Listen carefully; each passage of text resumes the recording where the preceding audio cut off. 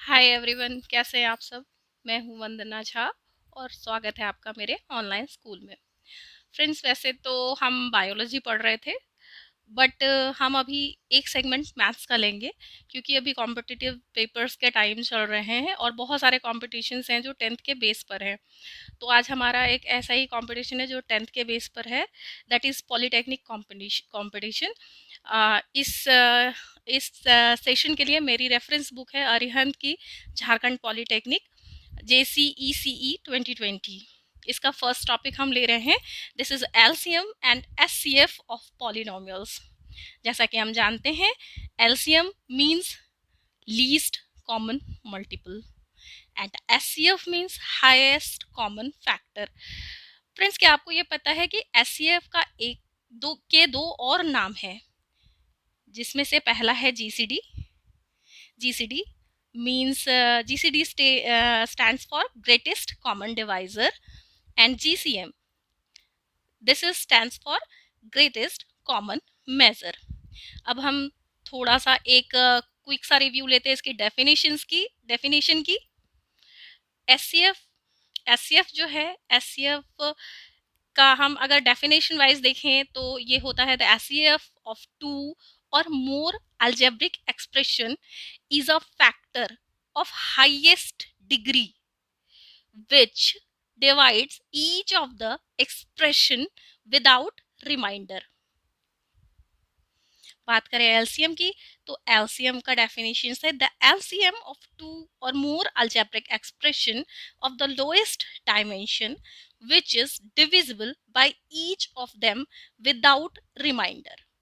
अब हम देखते हैं कि इसको हम पॉलिनोमियल के टर्म में कैसे यूज करें। तो हम सम बनाने से पहले फ्रेंड्स कुछ छोटे छोटे देख लेते हैं फॉर्मूले इसके, जो कि बहुत ही इम्पॉर्टेंट होंगे और हेल्पफुल होंगे आपको इस चैप्टर को सॉल्व करने के लिए। तो इसका फर्स्ट फॉर्मूला है LCM of two polynomials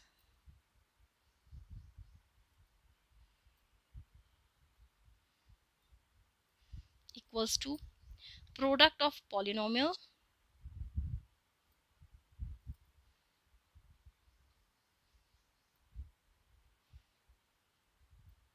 upon HCF of polynomial।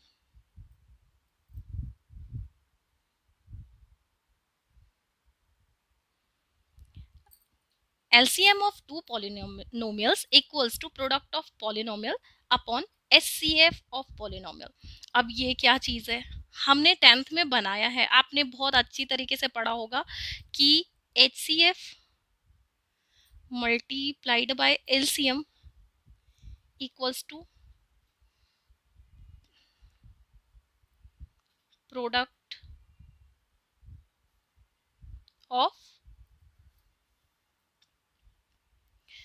Of given expression. ये आपने पढ़ा है, ये 10th में, ये चीज़ तो आपने बहुत अच्छे तरीके से आपको पता है। बस यहाँ पर हम जो है प्रोडक्ट ऑफ किसी भी एक्सप्रेशन के बदले यहाँ पर हम पॉलिनोमियल का यूज़ कर रहे हैं। यहाँ पर नंबर के बदले हम पॉलिनोमियल का यूज़ कर रहे हैं, नंबर के बदले पॉलिनोमियल एक्स वाई जेड जो भी हो वो पॉलिनोमियल के फॉर्म में आते हैं। और इसलिए ये चीज़ हुई। अगर ये होता है तो अगर हम एचसीएफ को फिर निकालें कि एचसीएफ ऑफ टू पॉलिनोमियल्स ये क्या होंगे, तो एचसीएफ ऑफ टू पॉलिनोमियल्स जो है वो होगा product of polynomials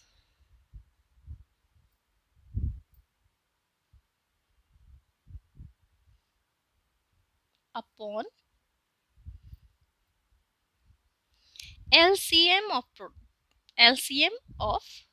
polynomial. LCM of polynomials. अच्छा, एक चीज और इसमें आएगी, जब बात ये आती है कि जब हमको कोई एक्सप्रेशन दिया जाता है तो फिर हम उसको कैसे करेंगे सॉल्व। तो इसमें मान लीजिए हमें एक्सप्रेशन दिया गया है पी एक्स के फॉर्म में अपॉन आर एक्स के फॉर्म में। एंड सेकेंड वाला दिया गया है मुझे क्यू एक्स के फॉर्म में एंड एस एक्स के फॉर्म में। देन हम क्या करेंगे फिर, हम ये करेंगे कि जब हमें पूछा जाएगा कि H C F of P x upon are x and Q x upon S x equals to what, तो हमको करना ये होगा कि जो न्यूमरेटर है उसका एचसीएफ अपॉन डिनोमिनेटर का एलसीएम। तो ये हो जाएगा हमारा H C F of P x upon are x and Q x upon S X. तो H C F of P X and Q x upon LCM of RX and SX। यहाँ पर हमें दोनों डिनोमिनेटर का numerator का HCF लेना है और दोनों डिनोमिनेटर का एलसीएम लेना है अपॉन के अंदर। अगेन अगर हमसे पूछा जाए what is the LCM of px upon rx and qx upon sx, then we have to write LCM of px and qx upon HCF of rx and sx, मतलब vice versa हो गए दोनों। देखिए जहाँ यहाँ पर मुझे एचसीएफ निकालना है तो एचसीएफ न्यूमरेटर के ऊपर और नीचे एलसीएम है दोनों डिनोमिनेटर्स का। यहाँ पर मुझे एलसीएम अगर फाइंड आउट करना है तो मुझे एलसीएम दोनों न्यूमरेटर का और एचसीएफ दोनों डिनोमिनेटर्स का। ठीक है फ्रेंड्स, अब हम थोड़ा सा इसके प्रॉब्लम्स ले लेते हैं, इसके एक्सरसाइज को सॉल्व करके देखते हैं कि हम इसे कैसे करें। थोड़ा सा एक आध इजी ट्रिक, एक आध बुक की ट्रिक देख लेते हैं हम इसे। मान लीजिए हमारे पास दो अलजेब्रिक एक्सप्रेशंस हैं, x q y square z 5 and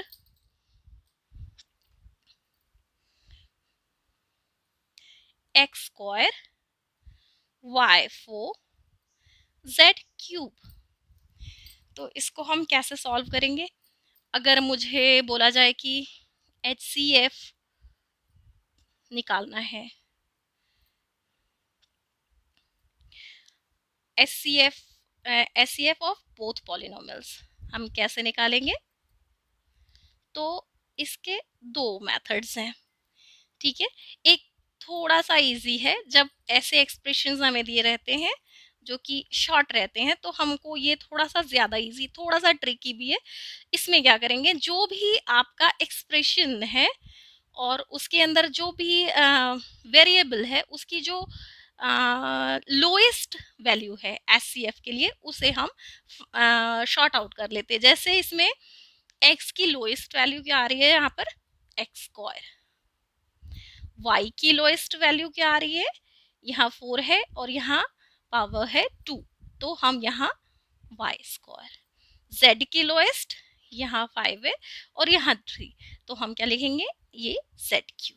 this is the HCF of both the expressions. Again अगर हमको एलसीएम निकालना रहता है, अगर हमें एलसीएम निकालना रहेगा तो हम क्या करेंगे, अगर मुझे एलसीएम निकालना है तो मैं यहाँ देखूंगी ग्रेटेस्ट पावर। तो x की ग्रेटेस्ट पावर दोनों एक्सप्रेशंस में क्या है, इसकी x की ग्रेटेस्ट पावर है x क्यूब, तो हम यहाँ लिख देंगे x क्यूब। y की ग्रेटेस्ट पावर क्या है, y4 and what is the greatest power of z, इधर 3 है एंड इधर 5 है, तो हम यहाँ लिखेंगे z5। This is the LCM of these two polynomials।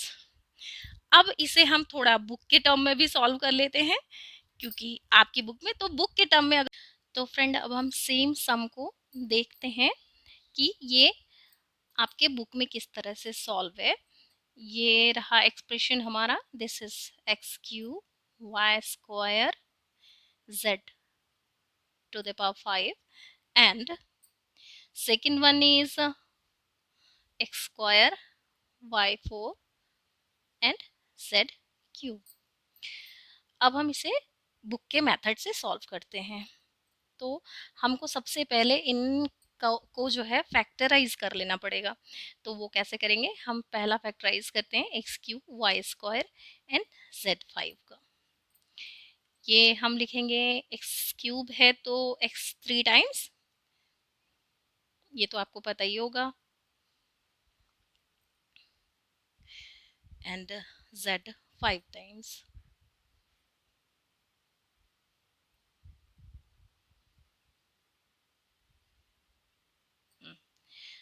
5 times z. Okay, next the second one is x square y4 and z cube। then हम इसे लिखेंगे x 2 times y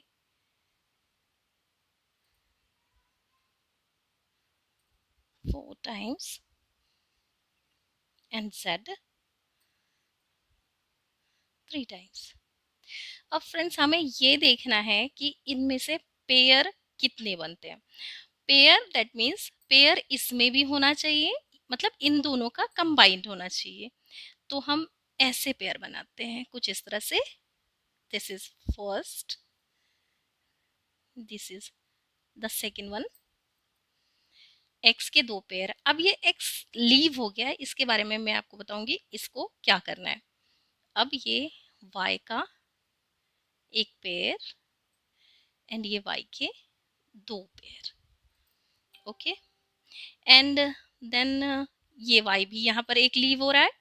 अब हम करेंगे जेड के पेयर, तो वन पेयर यहाँ, फिर another one and the third one.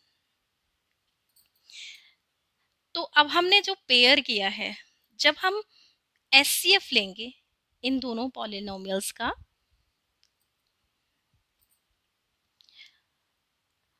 HCF of both the polynomials, तो हम क्या करेंगे, जो कॉमन पेयर है, कॉमन पेयर जो है उसकी जो लीस्ट वैल्यू हम ले सकेंगे वो लेंगे। जो भी लीस्ट वैल्यू हम ले सक रहे हैं, जैसे कि मैंने आपको इधर बताया था ट्रिक वाला सम, यहाँ पर हमने क्या किया था, हमने लीस्ट वैल्यू ली थी, है ना। जैसे ये x की लीस्ट वैल्यू, y की लीस्ट वैल्यू एंड z की लीस्ट वैल्यू, है ना।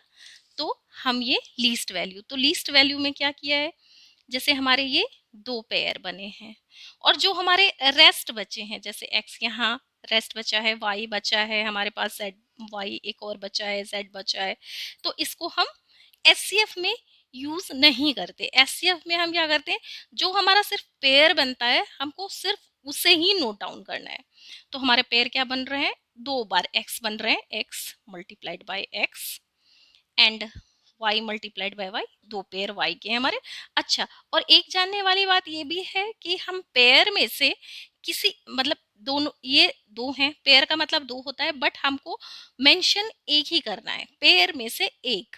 जब हम एचसीएफ या एलसीएम दोनों में ये फंडा चलता है कि आपको पेयर में से एक मेंशन करना है, दो मतलब ये पूरे एक पेयर में से एक मेंशन करना है। ये दूसरे पेयर से मैंने दूसरा मेंशन किया है, ये फिर ये y के पेयर में से फर्स्ट पेयर में से, y के सेकंड पेयर में से एक, एंड z के तीन पेयर बने हैं हमारे पास, तो हम थ्री टाइम्स z। तो अब हम इसे कैसे लिख सकते हैं, अब हम इसे फॉर्म में कर सकते हैं x square y square and z cube. अब हम एलसीएम, एलसीएम कैसे लिखेंगे, ये तो हो गई एचसीएफ की बात। तो एलसीएम हम कैसे करेंगे, HCF of both the polynomials, ये हम कैसे करेंगे? तो ये भी करने का बहुत ही इजी ट्रिक है। ये जो पेयर्स हैं हमारे, इनमें से तो हम एक एक लेंगे ही। इसके अलावा जो हमारे पास बच गए, जैसे यहाँ बच गया है x, यहाँ बच गया है z, y, y, y, extra बची हुई चीजें भी हम इसमें इंक्लूड कर लेते हैं। जैसे हम लिखेंगे, पहले पेयर को कैलकुलेट कर लेते हैं। हमारे पास x के 2 पेयर हैं, मतलब 2 टाइम्स x। अब हम देख रहे हैं कि इसमें x और भी बचा है क्या, किसी दोनों एक्सप्रेशंस में से कहीं एक। यस, x यहाँ पर एक बचा हुआ है हमारे पास, तो हम ये बचा हुआ x यहाँ पर मेंशन कर देते हैं। अगेन y के 2 पेयर है हमारे पास, तो ये 2 टाइम्स y। अब हम देखते हैं y का भी कुछ बचा हुआ है क्या। यस, y हमारे पास एक और है, तो हम यहाँ पर एक और y मेंशन कर देते हैं। नहीं, हमारे पास 2 y बचे हुए हैं। यस, हम एक और, मतलब 4 टाइम्स, ये 2 पेयर वाले और ये 2 अनपेयर, जो अनपेयर रह गए थे हमारे पास। अगेन z के कितने पेयर हैं, तो 3, तो हम पहले पेयर वाले मेंशन कर लें। अगेन अनपेयर z हमारे पास कितने बचे, तो 1, 2, 2 बचे हैं, तो हम उनको भी इसमें मेंशन कर लेते हैं, 1 एंड 2। अब हम इसको इंक्लूड करके कैसे लिखें, तो हम लिखेंगे इसको, है ना, तो ये x cube and y to the power 1, 2, 3 and 4, y to the power 4, and z to the power z, how much z, 1, 2, 3, 4, 5, then z to the power 5। ये मैंने कोशिश करी है आपको थोड़ा सा समझाने की, उम्मीद है आपको बहुत अच्छे तरीके से समझ में आ गया होगा।